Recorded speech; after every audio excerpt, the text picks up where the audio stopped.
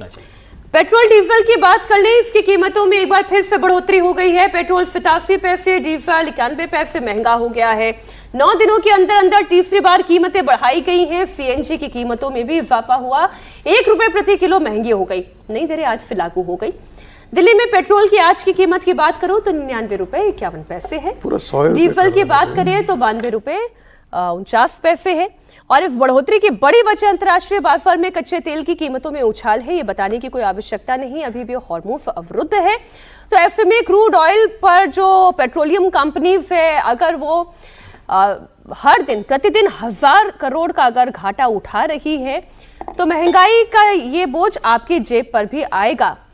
और मैं ये फिर कह रही हूँ, अब बात प्रोफेसर जी आप उस पर जोड़ दीजिएगा कि ये तो फिर अभी कम हो रहा है। मुझे तो अभी भी ये लग रहा है ये तो और बढ़ेगा। मुझे लगता है कि सरकार को बार्कलेज की ही एक रिपोर्ट मैंने पढ़ी, वो तो मान के चल रहे हैं कि अभी और बढ़ेगा। देखिए अभी तो आप दिखा रहे हैं 100, हमने जो पढ़ा था सुबह अखबारों में कि 107 डॉलर हो गया है प्रति बैरल। तो मुझे लगता है कि एक ही बार बढ़ा देते हैं जितना बढ़ाना है, और कम से कम उसको स्टेबलाइज करते एक आध महीना पर।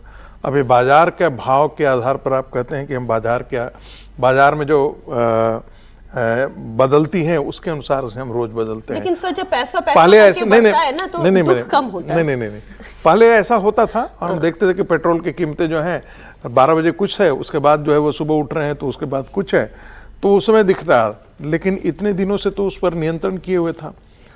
तो सरकारी कंपनियों को मुझे लगता है कि इस शॉक को ऑब्जर्व करने की आवश्यकता है आज के दिन में, रादर देन कि ये चीजें जो है ऑफलोड कर दें कंज्यूमर्स तक जा रहे हैं। आप कह रहे हैं एक तरफ कह रहे हैं फिर पॉसिबिलिटी क्या है भाई, कमाया है ना आपने। आप जब मैं तो देख रहा था 40 लाख करोड़ 77 एक कंपनी जो है वो 36,000 करोड़ सालाना कमा रही है। ऑयल इंडिया 75,000 करोड़ रुपए सर सालाना का। नहीं, मैंने सब कंपनियों के नहीं, एक कुछ 75,000 भी कमाए हैं, कुछ 36,000 करोड़ भी कमाए हैं।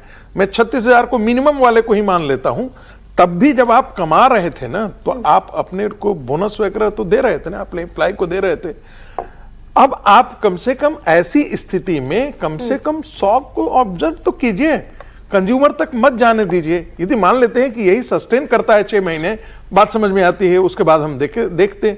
लेकिन अभी तो आपका भी राष्ट्रीय दायित्व तो बनता है कि आप उस शॉक को ऑब्जर्व कीजिए, एब्जॉर्ब कीजिए। आप सरकार की बात करें, कंज्यूमर की बात करें? नहीं, मैं तेल कंपनियों की बात करें। मैं तेल कंपनियों की बात कर रहा हूँ। एक कंज्यूमर अभी वोटर नहीं है ना मीनाक्षी जी, आप समझते नहीं बात को। कंज्यूमर अभी इन दिनों वोटर नहीं है। नहीं सर एक इसमें चुनावी बात मैं नहीं कह रही हूँ सर, आपने तो बहुत हल्के से फिर महीन साइड दे दिया।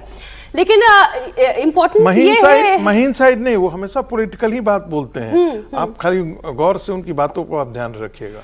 मैं सर सुन रही हूँ, लेकिन मैं बस ये कह रही हूँ कि एक रिपोर्ट मैंने ये भी पढ़ी है, जो बात विजय जी आप कह रहे हैं कि या प्रोफेसर साहब जो आप कह रहे हैं कि पेट्रोलियम कंपनियों ने पिछले साल में जितना मुनाफा कमाया, ये शुरुआती 3 महीनों में उन्होंने सारा मुनाफा गवा भी दिया।